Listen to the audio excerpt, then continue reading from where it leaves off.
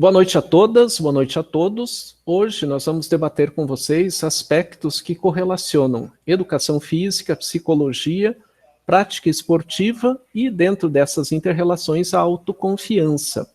A autoconfiança, né, ela está relacionada à condição de que cada um de nós tenha de executar uma determinada tarefa correlacionada aqui ao esporte, mas pode ser correlacionada a qualquer situação da nossa vida em que a gente possa ter certeza de alcance de meta, que quer dizer que a gente tenha certeza que ao realizar o comportamento, a gente vai ter uma execução com qualidade. E essa execução com qualidade vai implicar num desempenho de excelência, um desempenho regular que a gente venha a ter. E quanto mais a gente tenha essa condição de uma excelente resposta, mais a gente se envolve com a prática esportiva, com o treinamento e com as respostas que vai se vindo. Então, a autoconfiança, ela não vai surgir porque do nada eu vou ter.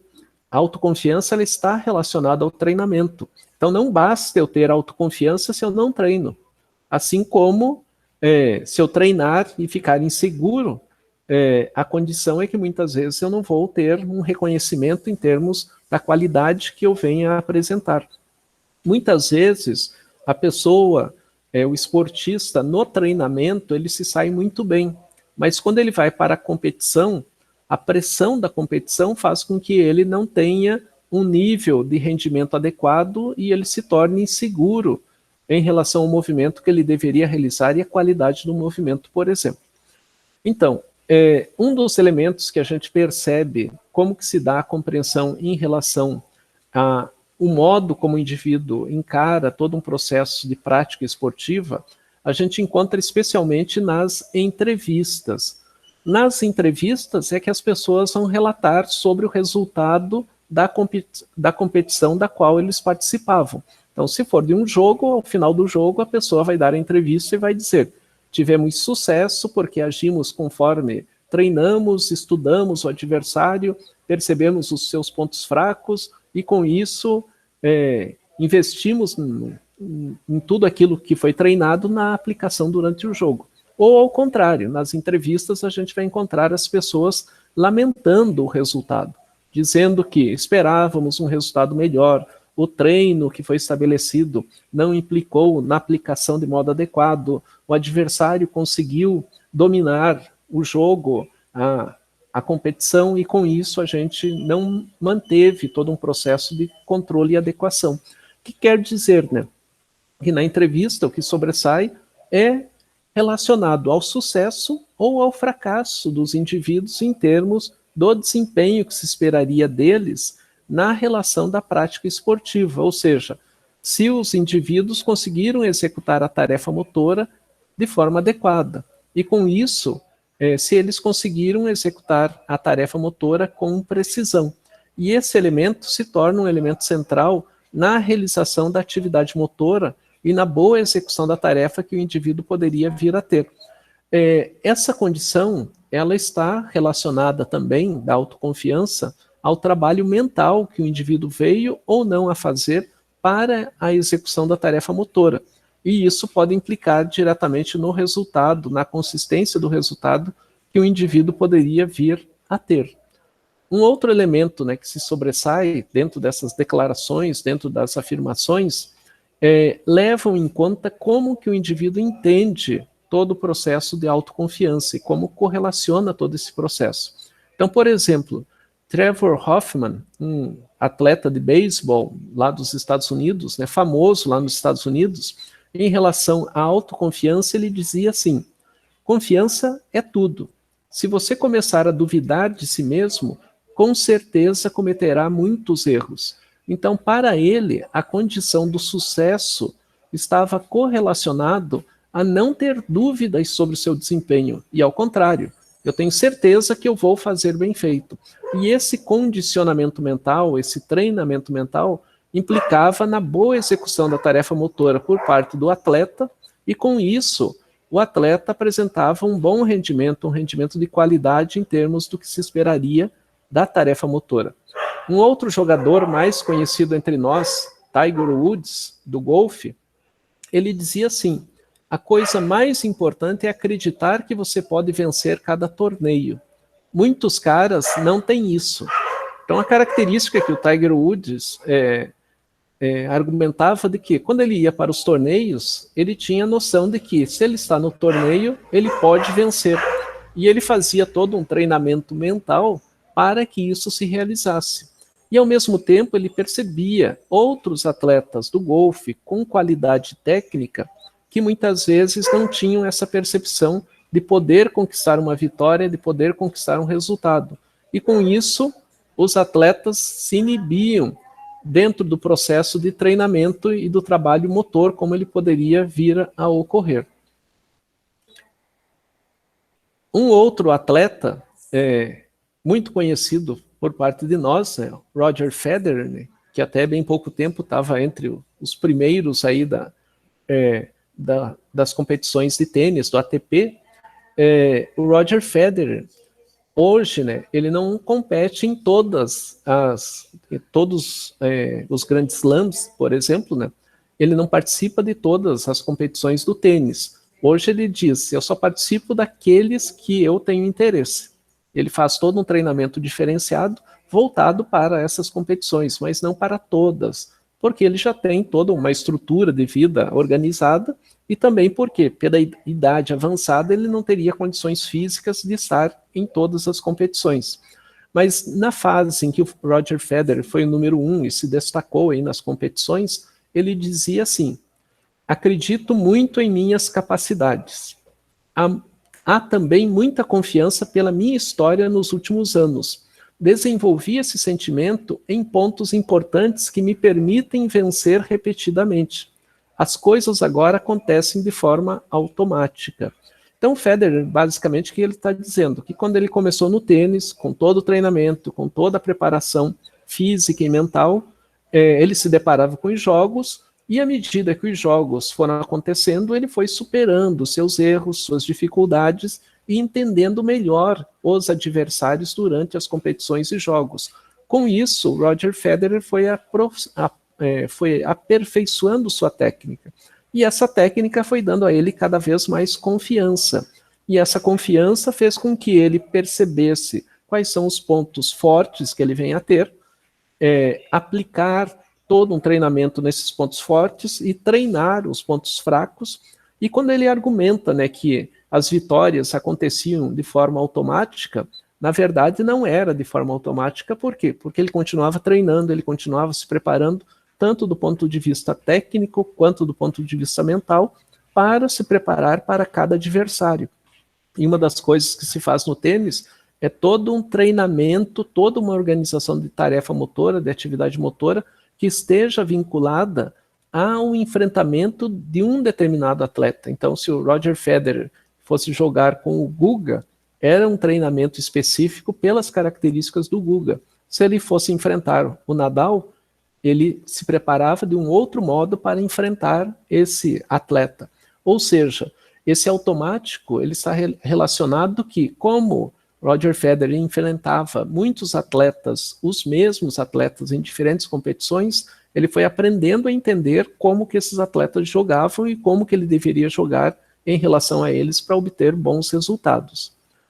Então a gente tem aqui uma percepção, né, de que para o atleta ter bom desempenho, ter bom resultado, ele tem que ter autoconfiança. E essa autoconfiança está associada necessariamente a toda uma gama de treinamento, a toda uma gama de preparo, a toda uma gama de organização, e essencialmente, né, que o atleta confie que ele vai conseguir executar bem a tarefa. Quanto mais o atleta vai confiando nesse processo, mais ele vai tendo certeza de que ele consegue obter bons resultados com toda a segurança. E as pesquisas, né, que vão tratar, né, dos atletas bem-sucedidos e atletas que não têm sucesso de modo regular na prática esportiva, se observa que a questão da confiança é um elemento central. Então, quando eu vou fazer um movimento, que eu tenha confiança em fazer o movimento corretamente. Tenha confiança de que ao executar a tarefa, eu vou atingir o objetivo pelo qual eu estou treinando, pelo qual eu estou me preparando.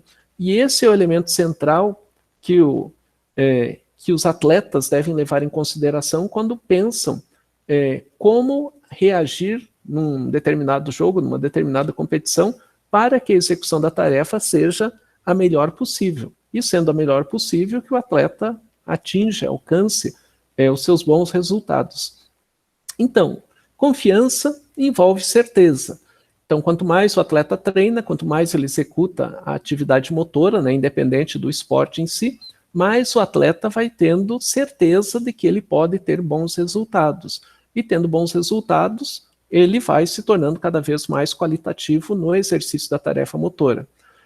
Um atleta do decátulo, Daley Thompson, lá dos Estados Unidos, também famoso lá entre eles, ele dizia assim: sempre tive confiança que sairia bem, se eu vou ganhar ou não.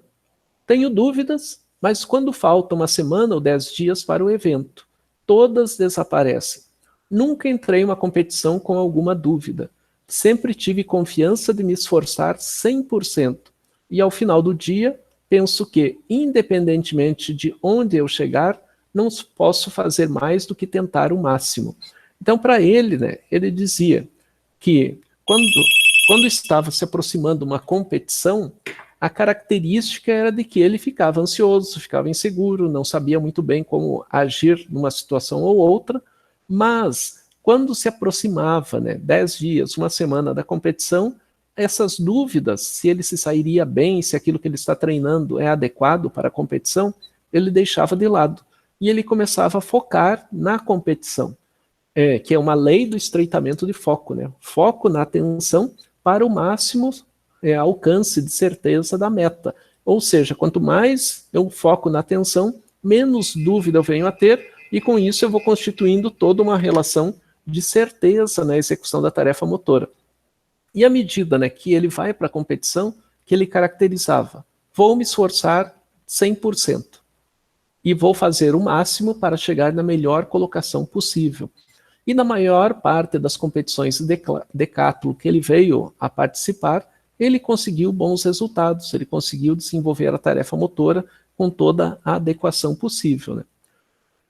Uma outra afirmação do Jimmy Connors, né, que foi um famoso tenista, em relação às questões, né, de certeza para que a confiança se estabeleça de modo adequado, o Jimmy Connors dizia assim: o segredo é nunca ficar negativo em relação a você mesmo. Certamente é possível que o outro cara com quem está jogando seja difícil e que possa tê-lo vencido na última vez que vocês jogaram. Mas tudo bem, talvez você não estivesse jogando tão bem assim. Mas no momento em que começa a pensar essas coisas, está acabado. Vou para cada partida convencido de que eu vou vencer, e isso é tudo. Então, Jimmy Connors, basicamente o que ele dizia: a gente pode ter resultados ruins? Sim, a gente pode. Mas se a gente focar nos resultados ruins, a gente acaba não tendo uma condição de executar com perfeição ou com a máxima adequação possível aquilo que se está treinando. Se por acaso, né, como no jogo de tênis, se enfrenta o mesmo adversário muitas vezes ao longo do ano, num primeiro jogo você perdeu, e durante o jogo você fica lembrando que perdeu aquela partida para aquele adversário, o que o Jimmy Connors afirma é que quando você pensa nessa situação, você perde a confiança. E perdendo a confiança, o resultado não vem. Ou seja, você não tem certeza de que vai ter um bom resultado. Isso faz com que o adversário ganhe em expressividade, ganhe em confiança, né? O contrário, e consiga, né, obter um resultado com muita qualidade, né? Também é importante entender, né, que em todo o processo de atividade motora, né, como a gente executa, como a gente faz, pode ser que ao invés da confiança, a gente tenha a dúvida. Então a gente viu anteriormente que alguns atletas diziam: se você começar a duvidar do seu nível técnico, isso faz com que você perca a confiança, e perdendo a confiança não consiga ter um bom desempenho. E aqui, né, a gente vai estabelecer uma relação da dúvida, né, porque a dúvida ela faz parte de todos nós. Então se nós, né, praticamos esportes e vamos para uma competição, seja ela qual for, a dúvida ela aparece. Será que a gente vai desempenhar bem? Será que os adversários estão melhor preparados que a gente? Será que o tempo de treinamento e minha dedicação foi o adequado? Então, essas perguntas podem surgir de modo frequente em cada um de nós, né, para que a gente relabore, repense aí a própria situação. Um atleta, né, corredor de meia distância, Herbert Elliott, em relação às dúvidas e como que as dúvidas interferem na confiança, ele dizia assim: acho que um de meus pontos mais fortes são as dúvidas sobre mim mesmo. Se você tiver consciência dos pontos fracos e estiver cheio das dúvidas sobre si mesmo, de certo modo, isso é uma boa motivação. Herbert Elliott foi um corredor de meia distância que conseguiu destaques nas competições das quais ele participou, e ele fala justamente o contrário. Ele diz assim: não é a certeza que me dá confiança. O que me dá confiança é a dúvida. Então a gente viu, né, atletas anteriormente falando, né, se livram o mais rápido possível das dúvidas, incertezas, medos, inseguranças, pontos fracos, para poder ter autoconfiança na execução da tarefa motora. E aqui a gente escuta, né, o Herbert Elliott dizendo que, ao contrário, quanto mais dúvidas ele vem a ter, mais ele percebe seus pontos fracos. E com isso ele se reorganiza em termos de motivação para o treinamento, ou seja, para que ele corrija os pontos em que ele tem dúvida em termos de desempenho. O Steve Ovett, também corredor de meia distância, ele dizia assim: sempre me preocupo se conseguirei fazer jus às expectativas dos amigos. Então, o Steve Ovett, também um corredor conhecido aí de meia distância, ele dizia assim que quando ele ia para a competição, tinha um impacto da família, dos amigos, esperando que ele se saísse bem na prova. E ele, na prova, antes de largar e durante a própria execução da prova, ele se perguntava: será que eu vou conseguir chegar entre os melhores atletas, como minha família, meus amigos esperam? E essa dúvida não era só no treinamento, era uma dúvida durante a competição. E ele se destacou dentro das competições, levando em si a dúvida sobre a qualidade técnica que ele poderia vir a ter em termos de desempenho. Um outro atleta, ele dizia assim: já errei mais de 9.000 arremessos em minha carreira. Já perdi quase 300 jogos. 26 vezes me confiaram um arremesso para vencer o jogo e errei. Falhei repetidas vezes na vida. E foi por isso que tive sucesso. Se um atleta, né, falasse isso para vocês, vocês considerariam que esse atleta teria sucesso no esporte que ele pratica? Como a gente pode ver aqui, que o esporte é o basquete. E aí, o que vocês acham? Olha, professor, eu acho que ele seria um atleta esforçado para alcançar os seus objetivos. Dependendo da situação e do momento em que tivesse os outros atletas, ele poderia ser de alto rendimento, mas dependendo de como seria o nível técnico dos outros atletas, ele poderia ser de alto rendimento. Certo. Alguém mais, o que pensaria disso? Obrigado, Lucas, aí pela explanação. Tamo junto, professor. Obrigado pelo Beleza. espaço, hein? Valeu, né? Esse atleta, né, é o Michael Jordan. Então, Michael Jordan, né, um dos maiores atletas, né, do basquete no mundo, que se destacou, né, em toda a sua carreira esportiva, ele relata, né, dos erros que ele cometeu, mas ele traz uma situação bastante interessante, que quando ele cometia os erros, ele duvidava da sua qualidade técnica. E ao duvidar da qualidade técnica, ele treinava mais. Ele dizia: poxa vida, o pessoal no jogo decisivo, meu arremesso, se eu acertasse, a equipe vence. E o pessoal me passa a bola e eu erro o arremesso. O que eu tenho que fazer? Eu tenho que treinar mais. E treinando mais, ele foi melhorando. E as pessoas, os colegas dele de equipe passavam a bola para ele, por quê? Porque tinham certeza de que ele era o cara para fazer o arremesso final. E ele era o cara que vai fazer diferença. E os atletas, né, que trabalharam com o Michael Jordan continuaram passando a bola para ele. Então, quando chegava, né, uma situação de final de jogo, diferença mínima, e o arremesso dele sendo decisivo, as pessoas, os colegas, os jogadores continuaram passando a bola para ele, e ele foi cada vez mais melhorando. Por quê? Porque ele tinha um índice de confiança de que, embora pudesse errar, ele ia continuar arremessando. Mas para evitar que esse erro se repetisse, ele treinava mais. Então, mais treinamento, mais empenho, mais envolvimento, mais motivação em termos de trabalho, motor, para que a qualidade técnica se sobressaísse. Ou seja, as dúvidas em relação à qualidade ou à condição de execução da tarefa fizeram com que esses atletas, esses 3 aqui, por exemplo, tivessem toda uma confiança maior em termos do rendimento. Que não quer dizer, né, que um atleta só vai se guiar se ele tiver certeza. Então, só aquele atleta que tem certeza da qualidade técnica que possui, que vai ter bom desempenho. Vai ter bom desempenho aquele atleta que treina.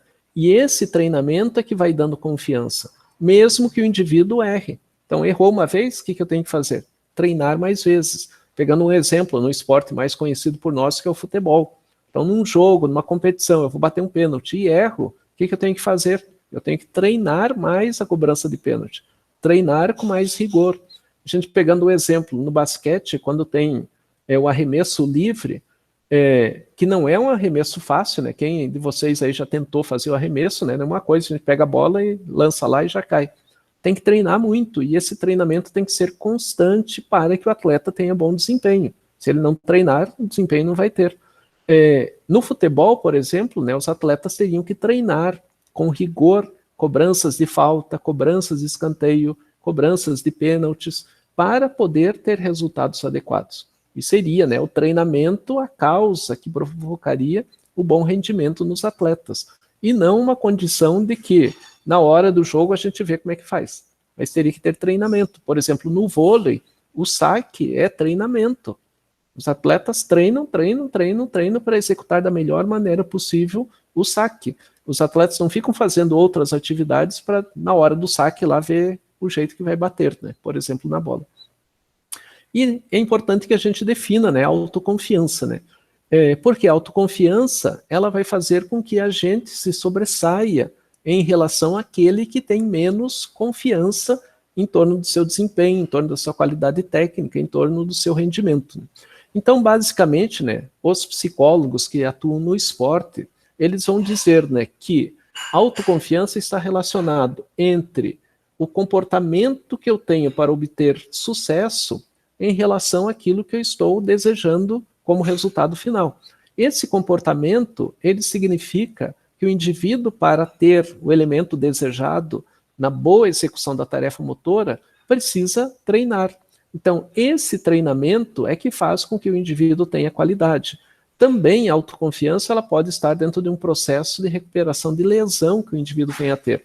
Então, o indivíduo sofreu uma lesão, tem todo um período de recuperação da lesão.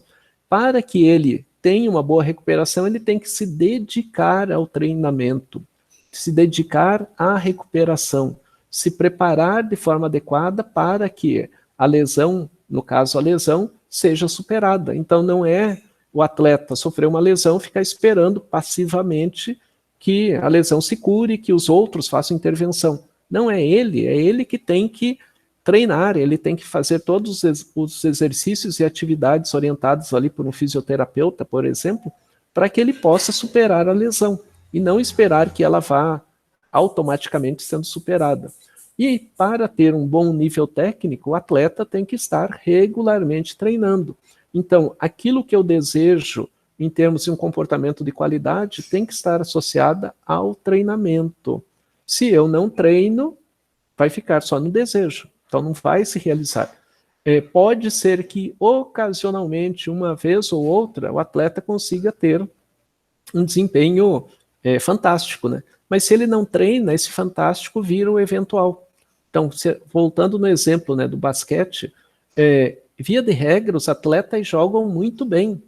E jogam muito bem todos os jogos, não é uma partida ou outra. No futebol, né, a gente tem o contrário, né? O atleta joga bem uma ou outra partida, né? Em muitas, o atleta nem aparece no jogo, né? Por exemplo, que envolve, né, níveis de confiança. E a construção, né, da autoconfiança, ela pode estar caracterizada em 3 níveis. Antes de falar, né, desses níveis, né, vocês já ouviram falar de um elemento que perfaz as relações do indivíduo, né, que a gente chama de estado e traço. A gente pode associar, né, por exemplo, um contexto, ansiedade de estado, ansiedade de traço. Qual que seria a diferença? Vocês já ouviram falar nesses conceitos de estado e de traço? Já, professor, só que eu não sei relacionar esses dois. Pode me explicar como que funciona? Posso sim, sem problema, né? Ansiedade, estado. Então, por exemplo, todos nós eventualmente ficamos ansiosos. Então, a ansiedade faz parte da nossa dinâmica de vida. Então, de 1 a 5, nós podemos, em alguns momentos, estar num nível 4, 5, né, extremamente ansiosos, né, por exemplo, o resultado de um concurso que eu fiz e tenho expectativa de poder passar nesse concurso. Então, meu nível de ansiedade está lá em cima. Ou posso estar num nível 1, 2 de ansiedade, em que eu estou lá acomodado, não consigo nem sair do sofá ou da cama, nem pensar na vida e assim por diante. O ideal para todos nós é que a gente esteja num nível de ansiedade 3. Esse nível de ansiedade 3, o que ele faz? Que a gente levante-se, saia do sofá, saia da cama, façamos as nossas atividades e que a gente não se afobe na execução dessas atividades. Ou seja, que a gente faça distribuindo o tempo de um modo equilibrado, sem ficarmos extremamente agitados, né? E a ansiedade, ela pode ser caracterizada por um nível estado ou um nível traço. Ansiedade de estado, ela está relacionada a determinado momento. Então, em um determinado momento, que não faz parte de todos os momentos, eu posso ter o meu nível de ansiedade elevado, ou o índice de ansiedade muito baixo. Então, por exemplo, numa situação que provoca tristeza, meu nível de ansiedade vai lá embaixo. Numa situação que me cause ansiedade por algo que eu estou esperando há muito tempo, meu nível de ansiedade vai lá em cima. Só que essa ansiedade é uma ansiedade de estado, que quer dizer, em determinado momento eu estou nesses níveis, mas não regularmente. Ansiedade traço significa que faz parte da minha personalidade. Ou seja, eu sou ansioso. Quando? Todos os dias. Eu sou ansioso de manhã, de tarde, de noite. Eu sou ansioso por qualquer coisa, né? Estou sempre ansioso, inquieto.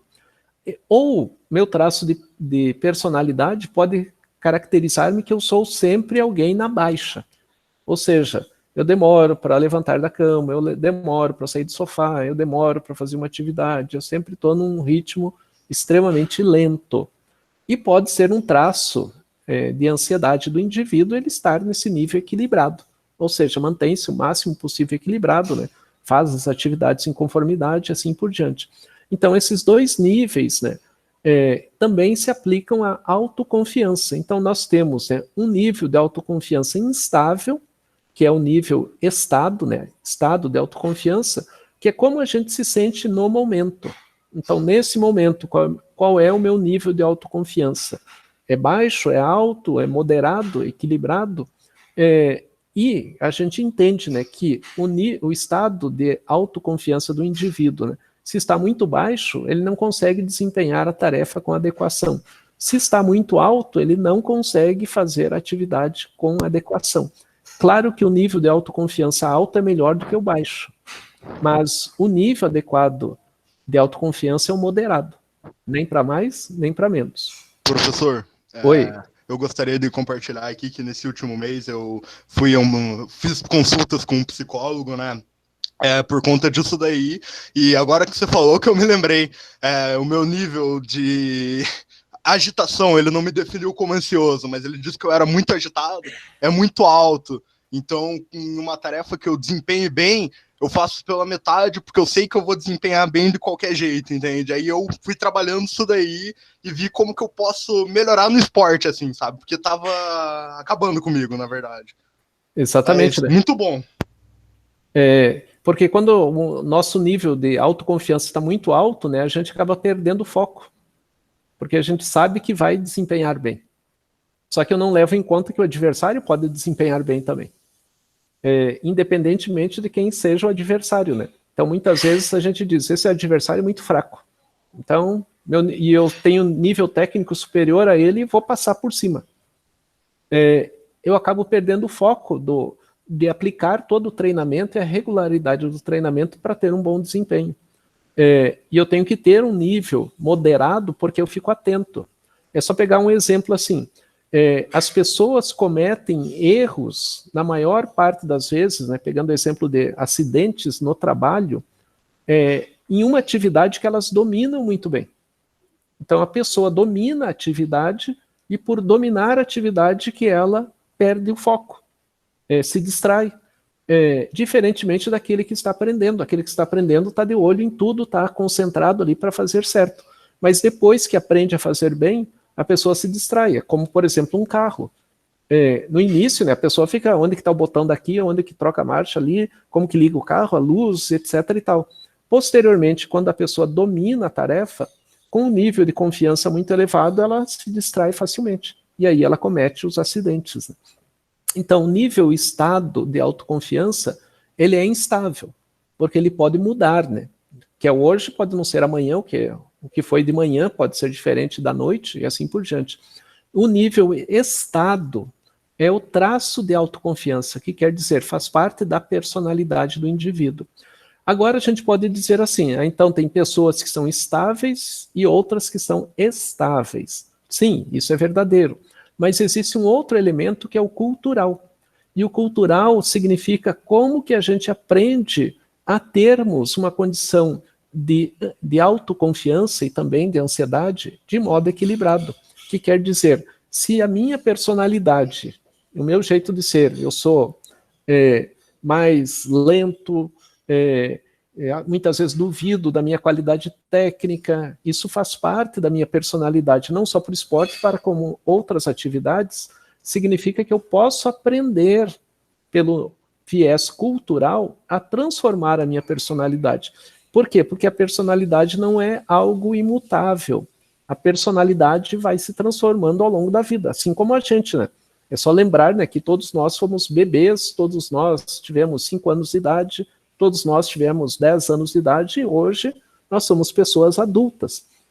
E quer dizer, se fisicamente nós estamos nos transformando regularmente, do ponto de vista da personalidade, da condição mental, a gente também vai se transformando.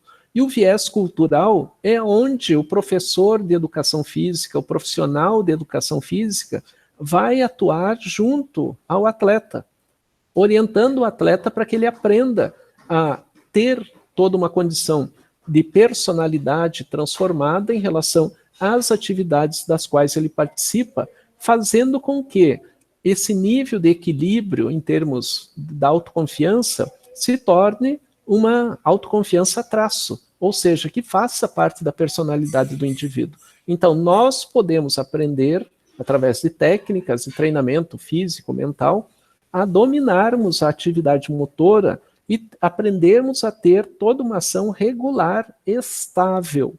Então, não significa que tem pessoas que nascem instáveis e outras estáveis e ponto final. Não, a gente aprende. E a gente aprendendo, a gente pode fazer com que algo que seja, digamos assim, instável em cada um de nós, né, se torne regular.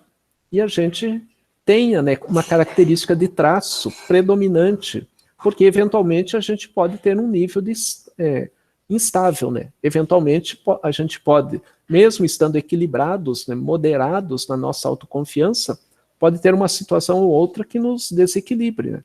Faz parte da vida e assim por diante, né? Mas a gente passa a ter uma regularidade maior, né?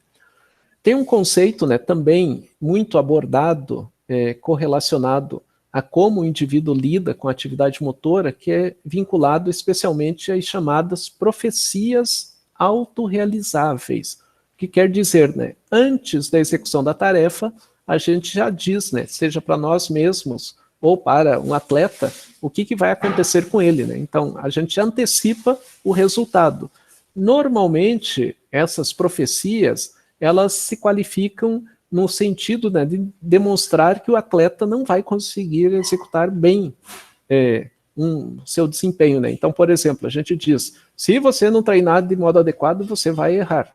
Se você não se preparar de modo adequado, você não vai conseguir fazer o que deveria fazer. Ou seja, essas falas, né, elas vão amarrando todo um contexto da má execução de uma tarefa motora por parte do atleta.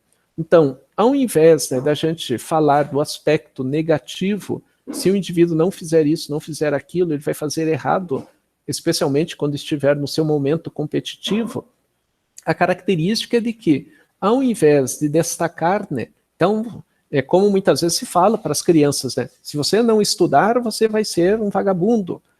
Se você não se dedicar a tal coisa, você não vai fazer nada na vida. Isso são profecias autorrealizáveis. Por quê? Porque a gente diz que uma coisa vai implicar na outra. E isso é falso, né? Mas, mesmo sendo falso, né, as pessoas começam a ter os dois lados, né? Então, se eu não me dedicar, vou ter insucesso. Então, não estou me dedicando, o que eu vou ter? Insucesso, né? E a característica é que esse processo, né, de profecia autorrealizável, a gente deveria evitar ao máximo. O que quer dizer, né, que no treinamento, quando o atleta tenta fazer o movimento, não executa de modo adequado, a gente reorientar o atleta. Falar, por que está dando errado? Porque está fazendo um movimento desse ou daquele jeito. Então a gente pode mudar o movimento para que você faça de modo adequado. Só que mudar o movimento não significa que você começou a fazer agora, 5 minutos depois, você já está fazendo com plena execução. Ao contrário, demora para que a gente estabeleça um novo padrão de comportamento. Então, na primeira vez não dá certo, na segunda não dá certo também, na terceira, de repente lá na 10ª vez, você faz o exercício parecido com o que foi orientado, mas você continua fazendo. É esse rigor na execução da tarefa que vai dando base para que o indivíduo tenha toda uma caracterização de autoimagem, de compreensão do movimento e que no treinamento ele vá se reordenando. Então, as profecias autorrealizáveis, a maioria delas se caracterizam como negativas e elas vão compondo toda a condição psicológica do indivíduo. Então, à medida que se eu não fizer adequadamente eu vou errar, se eu começo numa competição a fazer um movimento e erro, a minha tendência é de dizer assim, eu não vou tentar fazer de novo, né? Então, um exemplo, né, o atleta entra na quadra, no futsal lá, por exemplo, para ter uma determinada função importante para a equipe. Mas diante de uma situação de que ele possa errar ao fazer um passe, um chute, etc. e tal, quando ele recebe a bola, o que ele faz? Ele toca para o lado. Ele toca para o outro dizendo, eu não quero errar, deixa que o outro faça o movimento.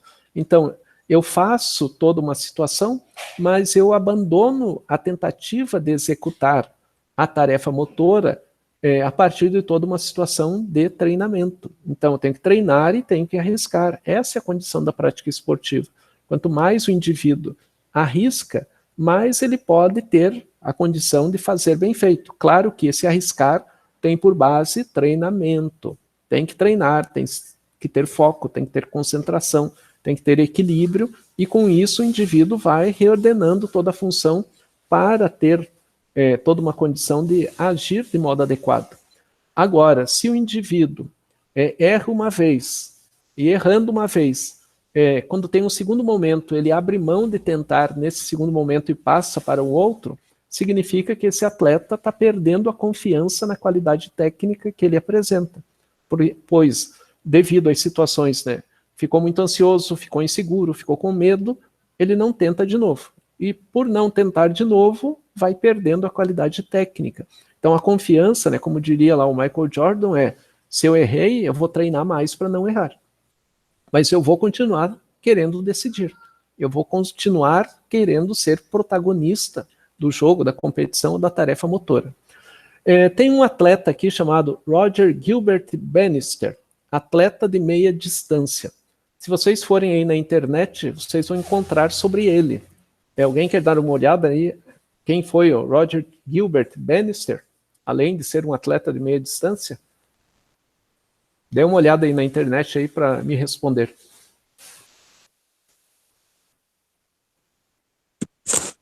Professor, Oi. você pode dar uma olhadinha no chat depois? Posso olhar agora. Beleza. Deixa eu ver aqui. É que não está vindo nenhum som para mim aqui, daí a gente não sabe. Às vezes, né? Às vezes a gente escuta o barulho do chat, né? Quando alguém digita, né? Mas em outros momentos a gente não escuta nada. Né? Então deixa eu ver aqui o que foi colocado. Do Thiago já vi ali. A Barba já vi também.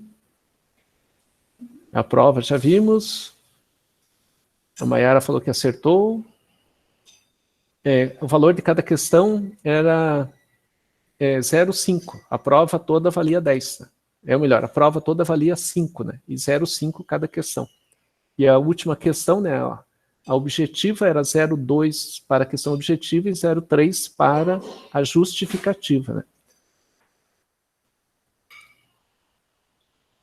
Uma autocrítica construtiva que o Thiago coloca ali, né? Então a ideia, né, em termos da discussão em relação a como o indivíduo vai lidando com o contexto da atividade motora, a autocrítica é importantíssima, né? Mas é justamente nesse sentido, né, de que a gente perceba que a gente está frágil, que a gente não consegue ter execução da tarefa com adequação, né?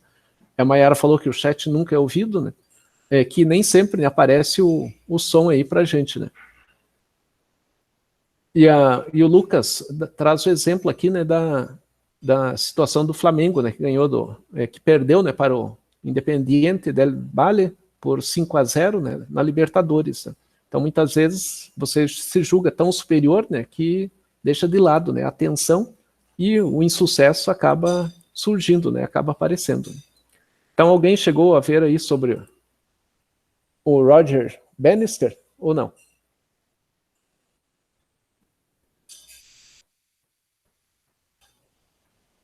Não?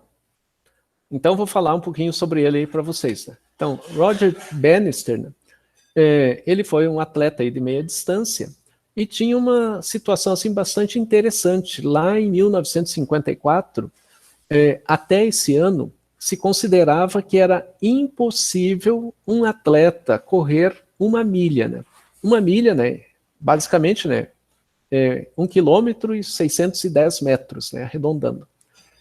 E que um atleta não conseguiria correr abaixo de 4 minutos tal distância. Então, uma milha, o tempo máximo era 4 minutos, 0 alguma coisa, mas nunca abaixo de 4 minutos. Então, isso era uma tarefa impossível. Esse atleta aí, o Roger Bannister, foi o primeiro numa competição, que ele chegou em primeiro lugar na competição, na pista de Iflev Road, lá em Oxford, na Inglaterra, Londres, a bater o tempo de 4 minutos. Ele fez todo o percurso de uma milha em 3 minutos e 59,4 segundos. Né? Tanto que lá na Inglaterra, né, durante a competição, quando o resultado foi divulgado, né, e falaram 3, né, a expectativa sempre era 4 para mais, quando falaram 3 minutos, né, começou a maior festa lá na pista, né, de Iflev Road, em Oxford, destacando, né, a grande conquista, né, desse tempo. Então, esse tempo era um tempo impossível. Porém, né, após o Gilbert Bannister conseguir o resultado, em menos de 46 dias, mais de 12 atletas conseguiram fazer um tempo menor do que o dele.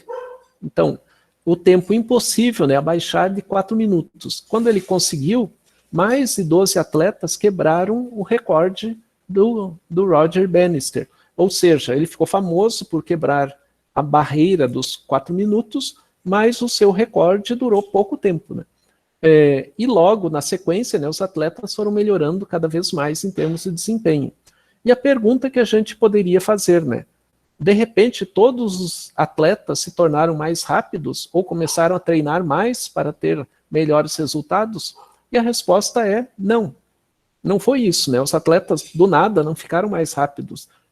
Fizeram um treinamento que revolucionou para chegarem a tal tipo de resultado. Ao contrário, o que ocorreu foi que os atletas perceberam que era possível baixar dos 4 minutos.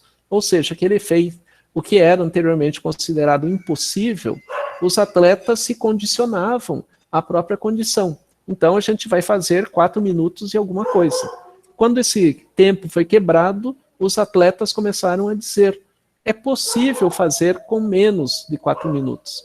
E rapidamente, né, em menos ali de 46 dias, o recorde do Bannister foi quebrado, né, com facilidade. Né? Então, o recorde dele, né, que era histórico, durou pouco tempo, pois o nível de confiança dos atletas ampliou-se. Ou seja, se o Bannister, que a gente ganha aí em algumas corridas, fez esse tempo, a gente pode fazer um tempo melhor do que ele. E os atletas focaram em todo esse processo para ter um bom rendimento, para ter uma boa execução e, como consequência, um bom resultado da prática motora. Autoconfiança deve ser entendida como multidimensional. Multidimensional significa, né? Ela não vai ser só uma estrutura psicológica, ela não vai ser uma estrutura só física, ela não vai ser uma estrutura só de habilidades. É todo um processo de elaboração dos diferentes conhecimentos e do trabalho regular que se vem a fazer. E a construção dessa autoconfiança multidimensional, ela leva em conta 5 elementos importantes, né, que são características da autoconfiança. O primeiro deles, né, que o indivíduo tenha noção de que ele é capaz de executar atividade física com habilidade, que quer dizer, eu sei fazer o movimento, eu sei fazer a tarefa motora. Isso é uma condição que ele tem que ter. Se ele fica em dúvida se, será que eu consigo fazer essa atividade? Então, por exemplo, se a gente não domina um esporte, quando a gente vai tentar fazer o esporte da melhor maneira possível, a gente tem dúvidas. Por quê? Porque a gente não conhece ainda todo o potencial da tarefa motora. O segundo elemento, né, que o atleta tenha confiança na condição dele usar as habilidades psicológicas para a execução das habilidades físicas. Então, eu vou trabalhar com as minhas habilidades físicas, por quê? Porque eu trabalho toda uma técnica, pode ser de treinamento mental, mentalização, diálogo interior, né? As autofalas que a gente viu anteriormente, em que o atleta passa a ter confiança na execução da tarefa motora. Ou seja, quando uma bola chega até mim, né, nos esportes com bola, eu tenho certeza que eu vou fazer bem o movimento. E eu tenho confiança que vou fazer com adequação. O terceiro elemento é que o indivíduo tenha condições de tomar decisões adequadas em situações imprevistas. Normalmente, né, durante o treinamento, né, seja do treinamento físico, treinamento mental, a gente estabelece toda uma rotina desse treinamento. Mas durante uma competição, surgem situações em que eu tenho que tomar decisões. E essas decisões têm que ser devem ser decisões extremamente rápidas. E ao tomar essas decisões, eu levo em conta a habilidade física e a habilidade psicológica. E eu começo a treinar também essas habilidades de tomada de decisão. Ou seja, numa situação de imprevisto, o que eu faço? Se eu treinar e me preparar para elas, então numa situação ocorreu durante um jogo, uma competição ao acaso, e eu tive que tomar uma decisão. Num segundo momento eu começo a treinar. E, poxa vida, tomei a decisão correta e isso me deu toda uma qualidade no desempenho. A partir de agora eu vou treinar também essa tomada de decisão para agir de modo adequado. Um quarto elemento, que o atleta tenha confiança no nível de condicionamento físico correlacionado ao treinamento. Então, se eu tenho, faço treinamento de habilidades, faço treinamento mental, faço treinamento perceptual, de tomada de decisão, mas não tenho um bom condicionamento físico, eu não vou conseguir agir com autoconfiança nos elementos anteriores, pois ainda me falta um elemento, né, que é estar bem fisicamente para a execução da atividade motora. E o quinto elemento é a condição de que eu estabeleça em que essas 4 anteriores eu posso melhorá-las frequentemente. Então, todo treinamento eu estou reordenando a tarefa motora, todo treinamento eu estou aperfeiçoando a técnica, todo treinamento eu estou buscando uma condição de habilidade melhor do que a anterior.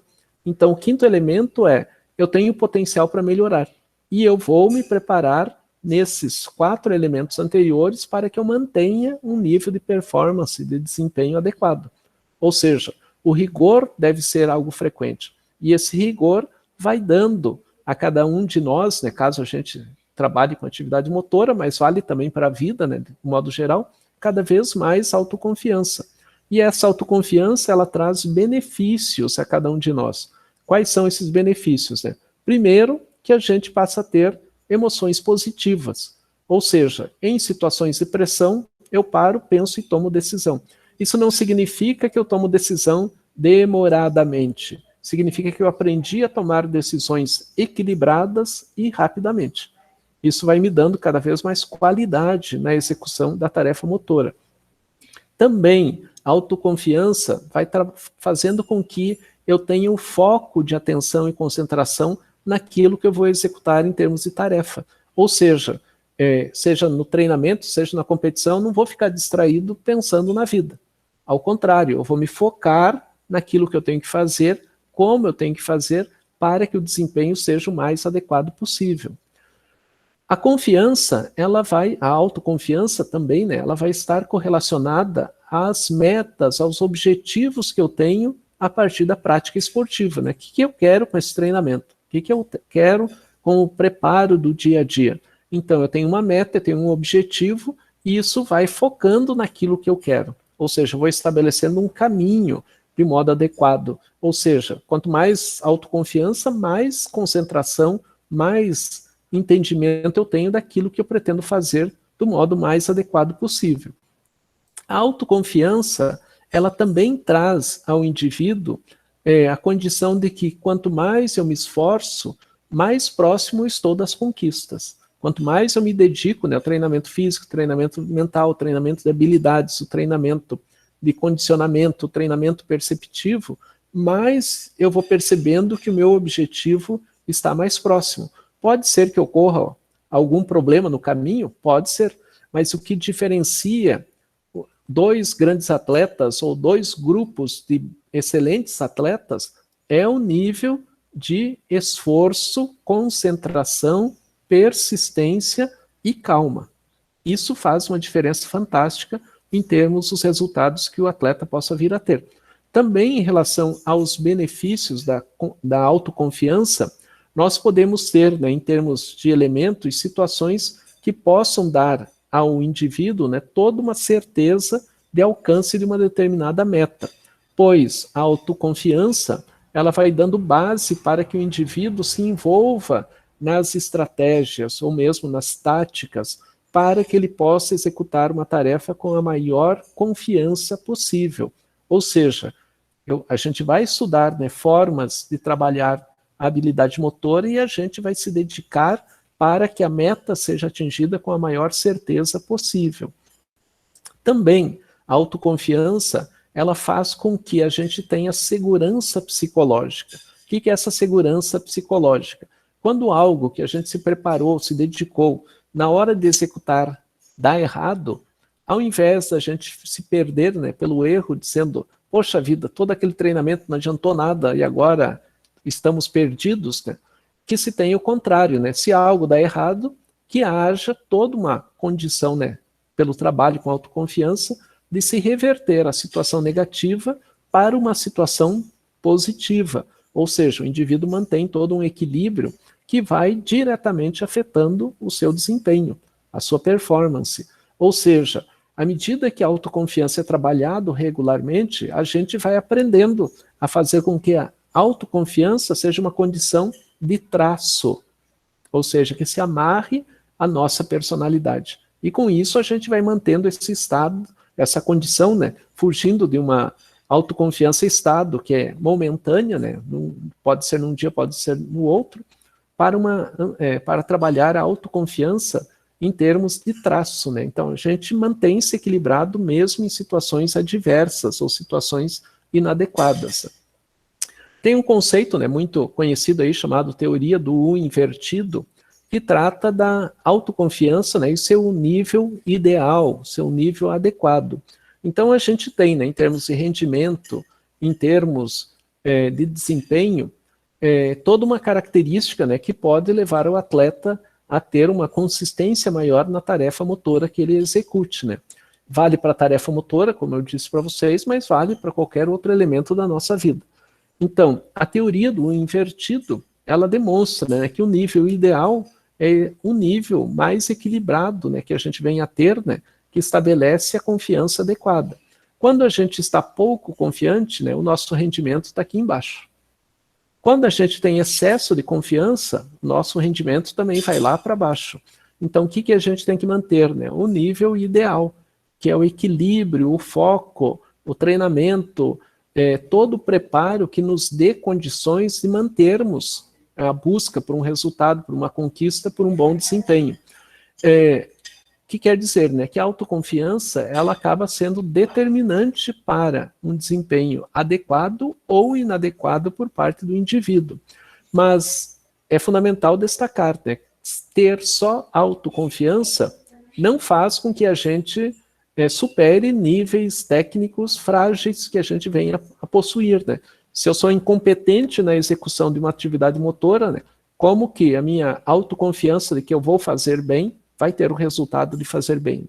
Posso ter uma autoconfiança adequada, porém eu não treino aquela atividade motora. Pegando o exemplo aí do basquete, né? Eu pego a bola e vou arremessar, né? Eu tenho confiança que vou acertar, mas essa confiança ela tem que ter amarrações, né? Nível técnico, habilidade, treinamento, condicionamento físico, preparo psicológico. À medida, né, que a gente vai treinando e vai se ordenando, o nosso nível técnico vai avançando cada vez mais. Como eu disse para vocês, né, é melhor, né, se a gente fosse comparar, né, pouco confiante com excesso de confiança, é melhor o excesso de confiança, né, mesmo cometendo erros, o indivíduo tem algum preparo, né, para a execução da tarefa. Pouco confiante, né, o indivíduo não sabe nem como lidar com a tarefa, com a adversidade que vem a ocorrer ali. O equilíbrio adequado, né, então uma confiança, autoconfiança equilibrada, faz com que o indivíduo possa ter e manter uma performance com regularidade, né, e com isso, com boa execução em termos de tarefa. Falta de confiança, né? Então, muitas vezes, um atleta, então pegando o exemplo aqui do basquete, né, do vôlei, melhor dizendo, um atleta, né, prepara lá no treinamento, a bola é lançada para ela, a atleta, ou o atleta, né, corta com muita força a bola ali durante o treinamento, né? E os colegas dizem, você na cortada ali é fantástico, né? A gente não consegue pegar uma, né? E é muito forte e é ponto certo. Vai para uma competição e durante a competição, né? A equipe lança a bola para o atleta, para o ou para a atleta e ele ou ela, né? Vai fazer o corte, né? Ao fazer a cortada, a bola bate com força no bloqueio e do bloqueio bate bem na cara do cortador ali, da cortadora, fazendo com que a pessoa fique meio tonta ali com a pancada que deu, né, e levou no retorno da bola. Num segundo momento, né, a bola ao ser lançada para esse atleta, pode ser que ele fique sem confiança. E ficando sem confiança, a tendência do atleta é passar a bola ou cortar de modo diferente ou tentar jogar no bloqueio, que demonstra para a equipe adversária que aquela defesa abalou o atleta. Ou ao contrário, que quando a atleta receber a bola numa situação similar, que ela tenha confiança, ele tenha confiança para executar o exercício com firmeza, com adequação. Então isso depende também de todo um treinamento e de saber trabalhar com a adversidade. Pois o que leva à falta de confiança é não ter a certeza de que uma tarefa que vai ser executada com qualidade. E quando a gente se depara com situações de pressão, a gente dá um passo atrás. Então, numa situação de pressão, ao invés de eu ter toda a autoconfiança equilibrada, eu dou um passo atrás e fico inseguro. Será que eu consigo fazer? Será que eu não consigo? Tentei uma vez e errei. Como que eu resolvo isso? E a gente lembra lá do Michael Jordan, que em várias situações ele errou, mas ele continuou persistindo, continuou treinando e continuou se preparando para ter um domínio técnico melhor para fazer o arremesso.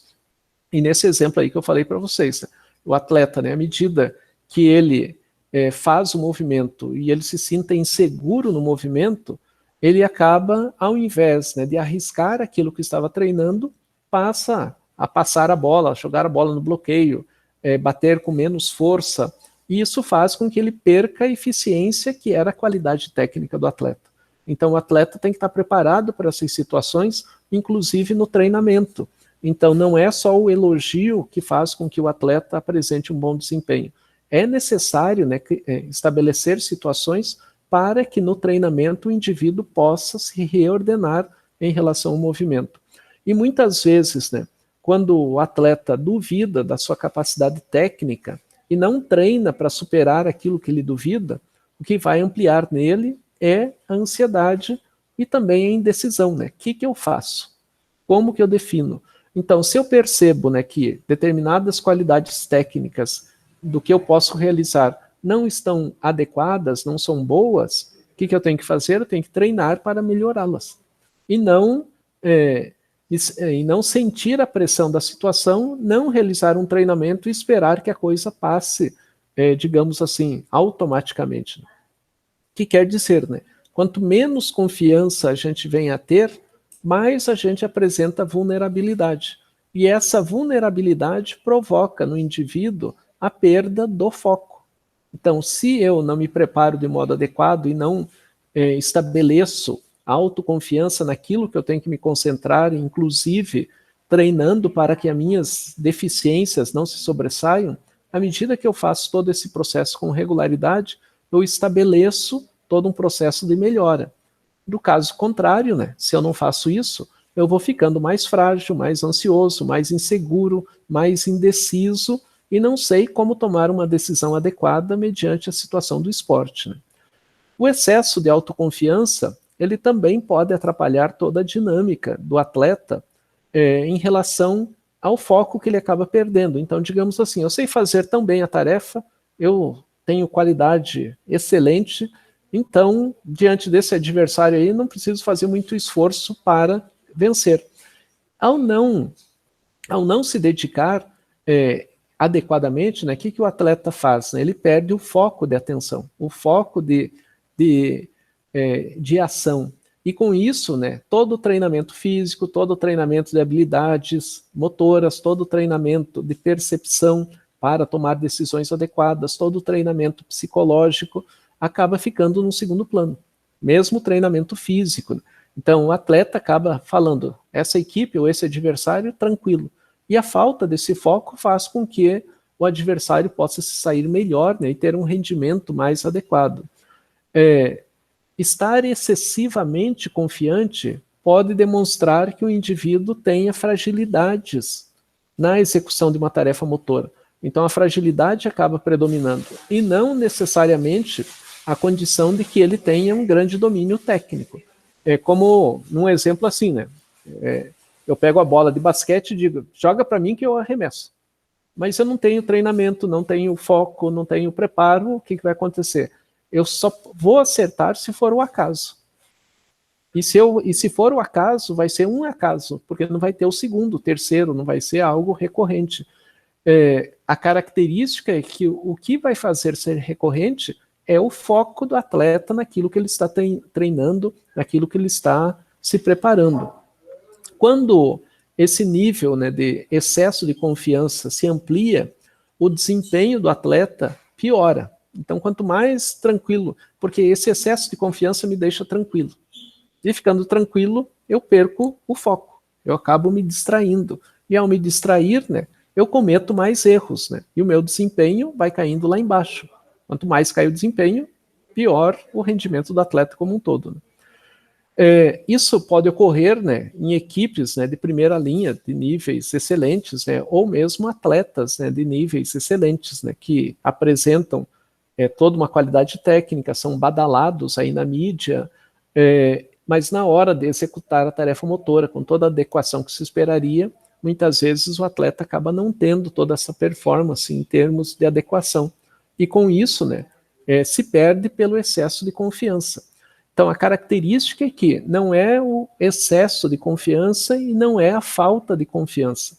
É o equilíbrio que o indivíduo vem a ter em termos de treinamento. Autoconfiança também é treinamento, e quanto mais o atleta se prepara nesse nível de treinamento, mais adequado vai ser o seu rendimento e mais conquistas o atleta vem a ter.